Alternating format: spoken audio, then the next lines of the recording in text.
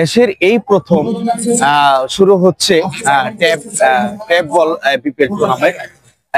এই খেলায় 8টি বিভাগের 8টি দল অংশগ্রহণ করবে।